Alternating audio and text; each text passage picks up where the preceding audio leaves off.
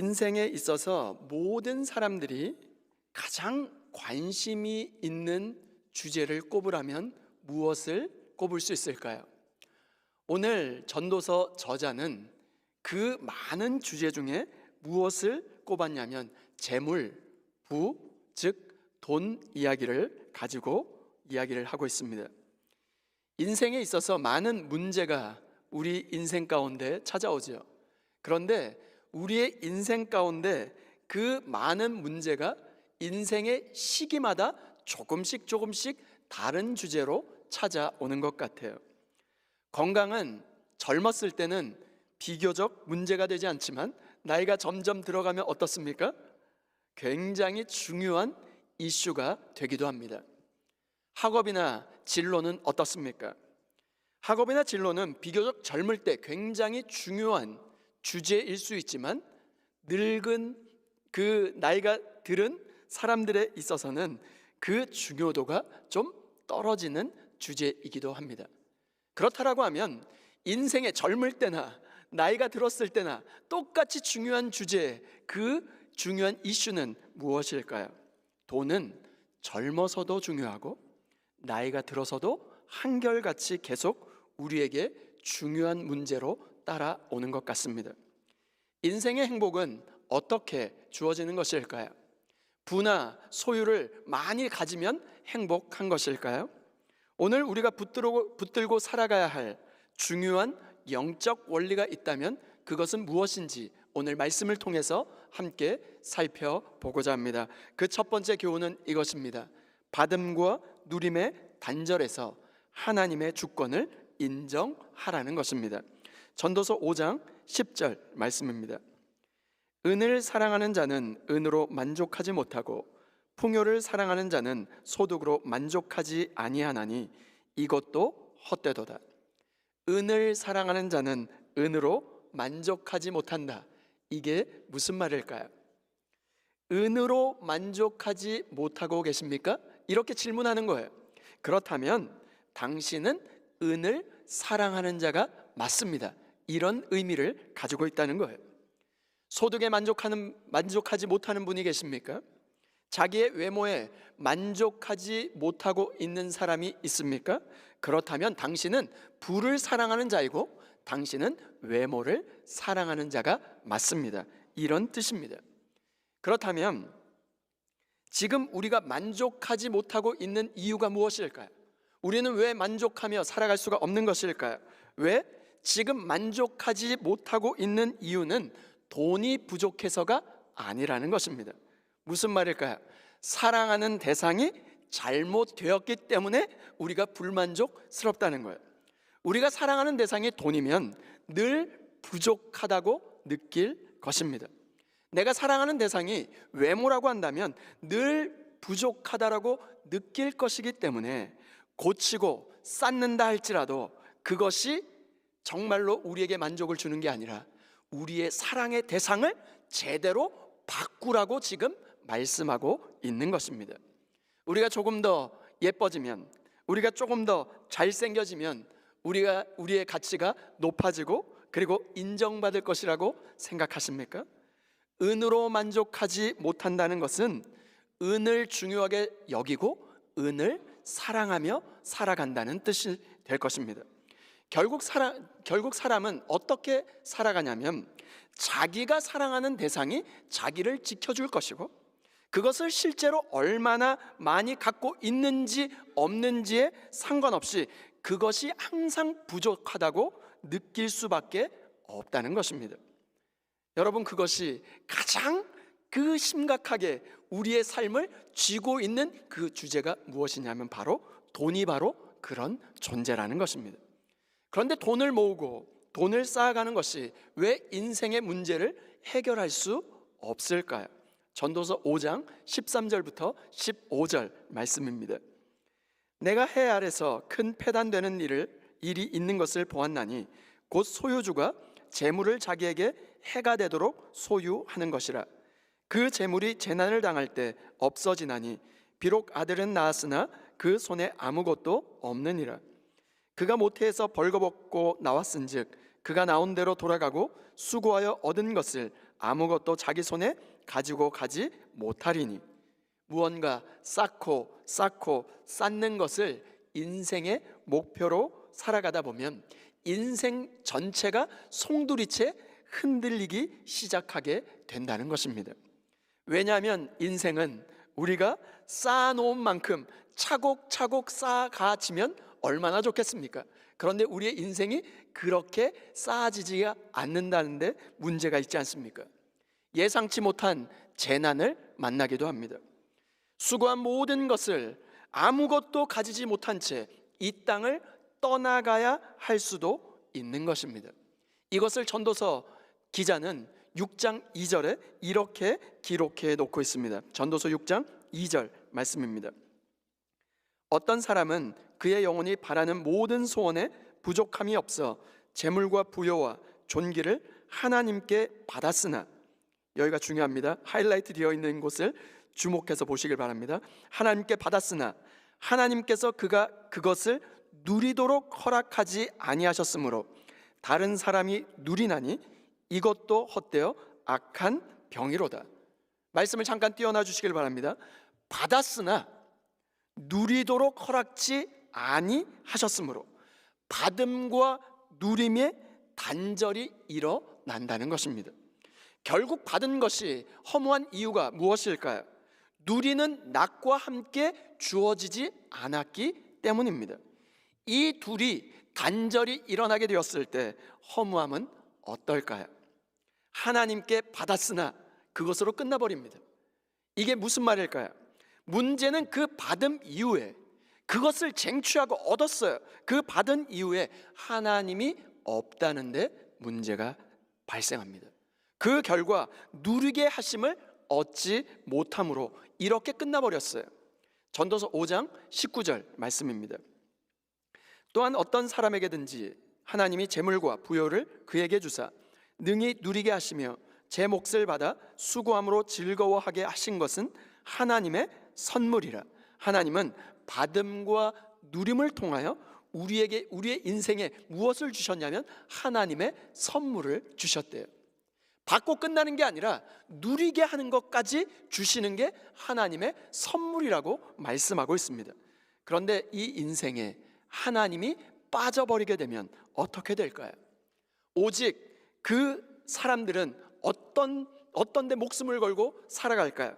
받음에 목숨을 걸고 얻기 위하여, 쟁취하기 위하여 목숨을 걸고 살아갈 뿐입니다. 좀 더 많이, 좀 더 높이 채울 길이 없는 욕망을 따라 살아가는 사람 말입니다. 그런데 그들의 삶은 어떻게 될까요? 전도서 6장 7절 말씀입니다. 사람의 수고는 다 자기의 입을 위함이나 그 식욕은 채울 수 없느니라. 그들은 입을 위하여 수고하지만 그들의 욕구는 채울 길이 없다는 것입니다. 아무리 많은 것을 얻고 아무리 열심히 일해도 그들 안에 그 갈증을 해소할 길이 없다는 것입니다. 왜냐하면 하나님 없는 삶의 본질은 바로 emptiness, 공허할 뿐이기 때문에 그렇습니다. 참된 기쁨은 소유의 풍성함에서 오는 것이 아니라, 소유의 풍성함에서 오는 것이 아니라 즐거움 자체를 주시는 하나님의 기쁨, 하나님의 임재로부터 부여되는 것이기 때문에 그런 줄 믿으시면 아멘 하시기 바랍니다. 단지 자기의 입의 수고는 무엇일까요? 부단히 얻기 위하여 정말로 몸부림쳐 보지만 어떻습니까? 누리는 즐거움보다 내 안에 욕구가 더 크다는 것, 그것을 깨달을 뿐입니다. 내 입의 식욕을 다 채울 수가 없다는 것이죠. 여러분, 우리 그렇지 않습니까? 맛있는 식당에 갔어요. 맛있는 식당에 가서 맛있는 음식을 먹으면서 또 다른 맛있는 것을 이야기하는 것이 누굽니까? 우리가 아닙니까? 우리의 식욕을 다 채울 수가 없다는 것이죠. 받음은 곧 누림을 낳지 않는다는데 문제가 발생했습니다. 이 둘은 모두 다 하나님께로부터 오는 선물이라고 전도서 기자는 이야기하고 있습니다. 이것의 진위의 기준이 무엇일까요? 우리의 마음에, 우리의 심령에 만족을 주느냐, 그렇지 않느냐에 달려 있습니다. 주님이 주신 것을 이 세상의 욕망으로 바꾸어 버린다면 어떤 일이 발생할까요? 그것에 참된 만족과 평안을 누릴 수가 없게 되는 것이죠. 하나님께 받았다면, 하나님께서 주셨다면 하나님 안에 누리는 것이 바로 인생의 본분인 것입니다. 이 균형이 깨지는 순간 어떻게 될까요? 위로부터 오는 참된 평안, 참된 안식, 참된 샬롬이 사라지고, 그래서 그것을 이 세상의 욕망으로 얻어보려고 발버둥치기 시작하는 것입니다. 그래서 그것을 이 세상의 그 욕망으로부터 얻기 위하여 몸부림치다가 주님께서 주신 그 기쁨은 완전히 사라지고, 그러다 보니 이 세상으로부터 그것을 어떤 수를 써서라도 얻어보고자 바로 욕망의 노예가 되는 악순환의 반복할 뿐이라는 것입니다. 우리의 인생에 계속 인생이 쌓고 쌓이는 것이 아니고, 우리의 인생은 성공으로 그 문을 열 수 있는 그 열쇠가 없다는 것입니다. 받음과 누림 그 중심에 하나님의 주권을 인정하고 내 노력과 내 애씀으로 인생이 사라지는 것이 아니라 하나님의 은혜, 하나님의 도우심으로 살아가는 것임을 깨닫고 주님 앞에 겸손히 엎드려 주님의 주권을 인정하고 살아갈 수 있는 저와 여러분 모두가 될 수 있기를 주님의 이름으로 축원드립니다. 두 번째, 성공이 아니라 일용할 양식을 하나님께 구하라는 것입니다. 전도서 5장 19절 말씀입니다. 또한 어떤 사람에게든지 하나님이 재물과 부요를 그에게 주사 능히 누리게 하시며 제 몫을 받아 수고함으로 즐거워하게 하신 것은 하나님의 선물이라. 오늘 말씀은 세상의 원리인 더 열심히 살고 더 열심히 부지런히 쌓고 쌓아서 성공하라고 하는 세상의 원리와는 정반대인 하나님 나라의 원리를 알려주고 있습니다. 그것은 무엇일까요? 그것은 바로 일용할 양식입니다. 하나님의 인도하심, 하나님이 주시는 일용할 양식이 우리의 삶의 근간이 되면 우리의 인생은 일방적으로 쌓고 쌓는 받음과 누림의 단절의 방향으로 나아가지 않게 된다는 것입니다. 하나님이 우리의 모든 것을 공급해 주시는 분이라고 믿는다면 우리의 인생을 그분의 손에 맡기며 그분의 인도하심으로 바라볼 수 있게 된다는 것입니다. 주 안에 사랑하는 여러분, 하나님의 인도하심을 믿으십니까? 다시 한번요, 하나님의 인도하심을 믿으십니까? 아멘이십니까? 그렇다면 우리가 돈을 바라보고 있는 그 관점을 바꾸라고 주님께서 말씀하고 있습니다. 어떻게 돈을 바라보는 관점을 바꿀 수 있을까요? 돈을 쌓아야 될 대상으로 바라보지 말고 하나님이 나를 인도하시는 하나의 방편으로 바라보라고 말씀하고 계시는 것입니다. 전도서 저자가 오늘 가장 핵심적으로 우리에게 알려주고 싶어하는 그 메시지가 전도서 5장 20절에 이렇게 담겨져 있습니다. 우리 다 같이 한번 읽겠습니다. 시작. 그는 자기의 생명의 날을 깊이 생각하지 아니하리니 이는 하나님이 그의 마음에 기뻐하는 것으로 응답하심이니라. 아멘. 돈을 하나님의 매일매일의 인도하심에 종속시키라는 거예요. 그 돈을 하나님의 인도하심에 종속시키라는 거예요. 이게 어떤 말이냐면 이 말씀 가운데 전도서 5장 20절에 상반절에 이렇게 되어 있습니다. 그는 자기의 생명의 날을 깊이 생각하지 아니하리니. 생명의 날을 깊이 생각하지 않는다, 이것을 원어로 그 직접적으로 직역을 하면 이런 뜻입니다. 내 삶에 일어나는 일에 대해서 너무 심각하게 고민하지 않을 것입니다, 이런 뜻입니다. 어떻게 그게 가능할 수 있을까요? 왜 우리의 앞날에 대해서 걱정하지 않고 근심하지 않고 살 수 있는 그 이유를 전도서 저자는 이렇게 이야기합니다. 하나님이 그의 마음을 기쁨으로 채워주셨기 때문에, 하나님이 가장 선한 길로 나를 인도해 주실 것이기 때문에 나의 미래, 나의 먼 미래, 나의 앞날에 대해서 너무 심각하게 고민하지 않을 것입니다. 아멘이십니까? 주 안에 기쁨 누림으로 마음의 풍랑이 잔잔하니 세상과 나는 간 곳 없고 구속한 주만 보이도다. 아멘이십니까? 주 안의 기쁨 누림으로 마음의 풍랑이 잔잔하니 세상과 나는 간 곳 없고 구속한 주만 보이도다. 이 삶을 살아갈 수 있는 저와 여러분 모두가 될 수 있기를 주님의 이름으로 축원드립니다. 돈을 철저하게 하나님이 주시는 기쁨 아래 종속시키라고 말씀하고 계십니다. 신약에 와서 바로 마태복음 6장 11절에 이렇게 이야기하고 있습니다. 우리 다 같이 한번 읽겠습니다. 시작. 오늘 우리에게 일용할 양식을 주시옵고. 이 말씀을 원어로 정확하게 해석하면 이런 뜻입니다.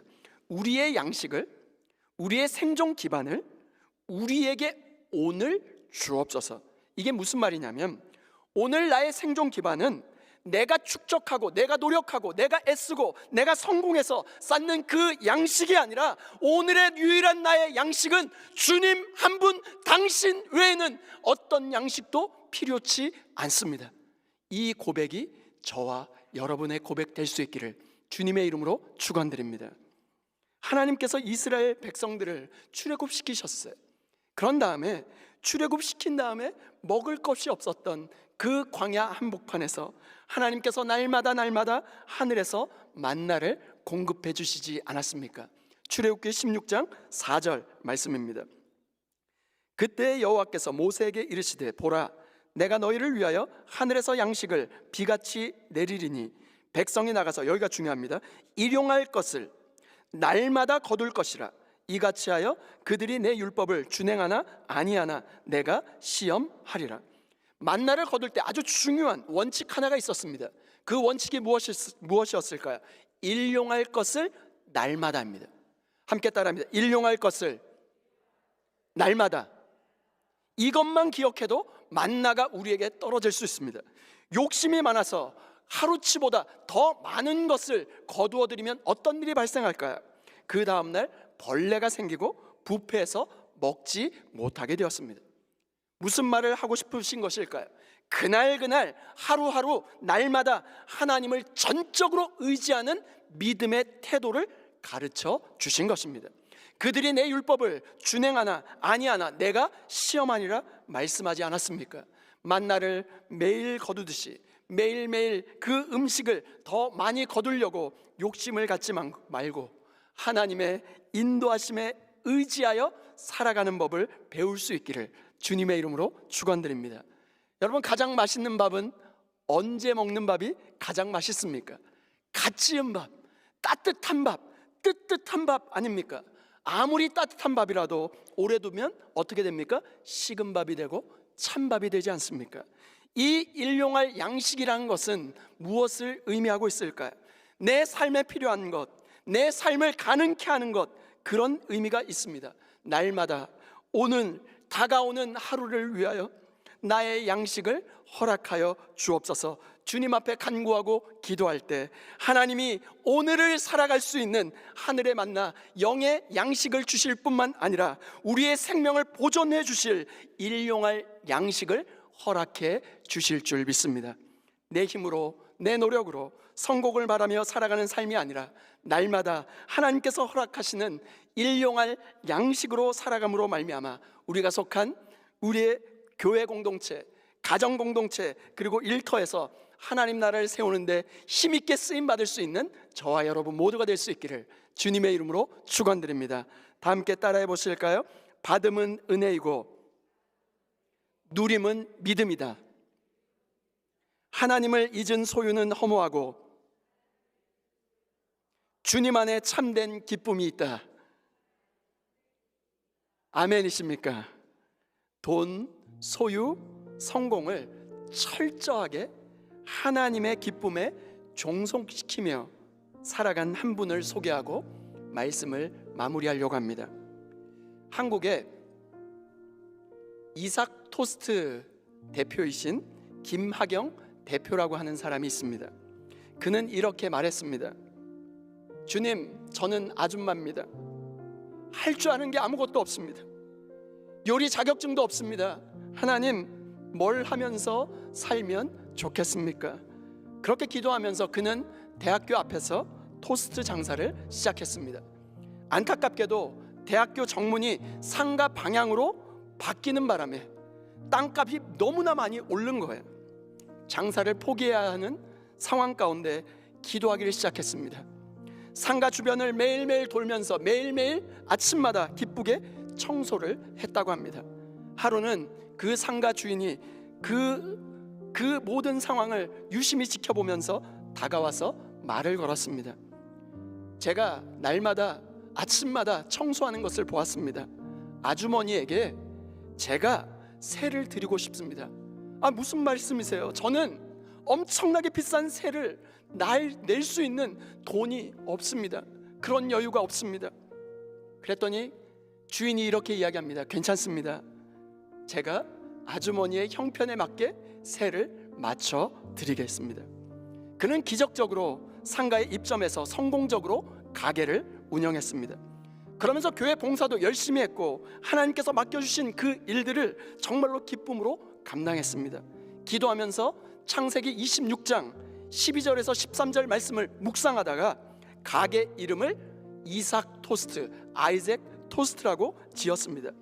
이삭 토스트는 일하기 어려운 사람, 큰 어려움에 빠진 사람들을 도와서 교육하고 장사를 하면서 로얄티, 본사 보증금, 가맹비를 받지 않았습니다. 어려운 사람들을 도우면서 시작한 사업이기 때문에 가맹주를 어떻게 해서든지 살리는 방향으로 사업을 이어갔습니다. 현재 이삭 토스트는 매장 수가 약 900여 개가 만들어져 있고 말레이시아, 필리핀, 싱가포르, 홍콩까지 해외로 진출하기도 했습니다. 돈을 철저하게 하나님의 인도하심 앞에 종속시키며 살아간 것이죠. 주님만 따라가면 주님이 공급해 주십니다. 그 믿음 가지고 걸어갔던 것이죠. 주 안에 사랑하는 여러분, 오늘 우리는 어떻습니까? 이삭 토스트의 대표는 약간의 이익, 자신의 재산을 조금 버렸지만 우리 앞에 놓여져 있는 주님은 자신의 전부를 우리를 위하여 다 버리셨습니다. 고린도후서 8장 9절 말씀입니다. 우리 주 예수 그리스도의 은혜를 너희가 알거니와 부요하신 이로써 너희를 위하여 가난하게 되심은 그의 가난함으로 말미암아 너희를 부요하게 하려 하심이라. 우리가 영원한 죽음으로 끝나지 않도록 예수 그리스도께서 십자가의 고통을, 십자가의 가난함을 직접 자처하셔서 우리를 부요케 해 주신 줄 믿습니다. 이 땅에서 좀 더 가지고 좀 더 쌓는 것, 눈앞에 보이는 많고 적음으로 우리의 인생을 판단하지 마시고 하나님의 공급하심으로, 하나님의 인도하심으로 날마다 공급해 주시는 주님이 채워주시는 기쁨으로 말미암아 우리의 일용할 양식은 오직 주님 당신 한 분으로 만족합니다. 그 고백으로 주님 앞에 나아갈 수 있는 저와 여러분 모두가 될 수 있기를 주님의 이름으로 축원드립니다. 이 시간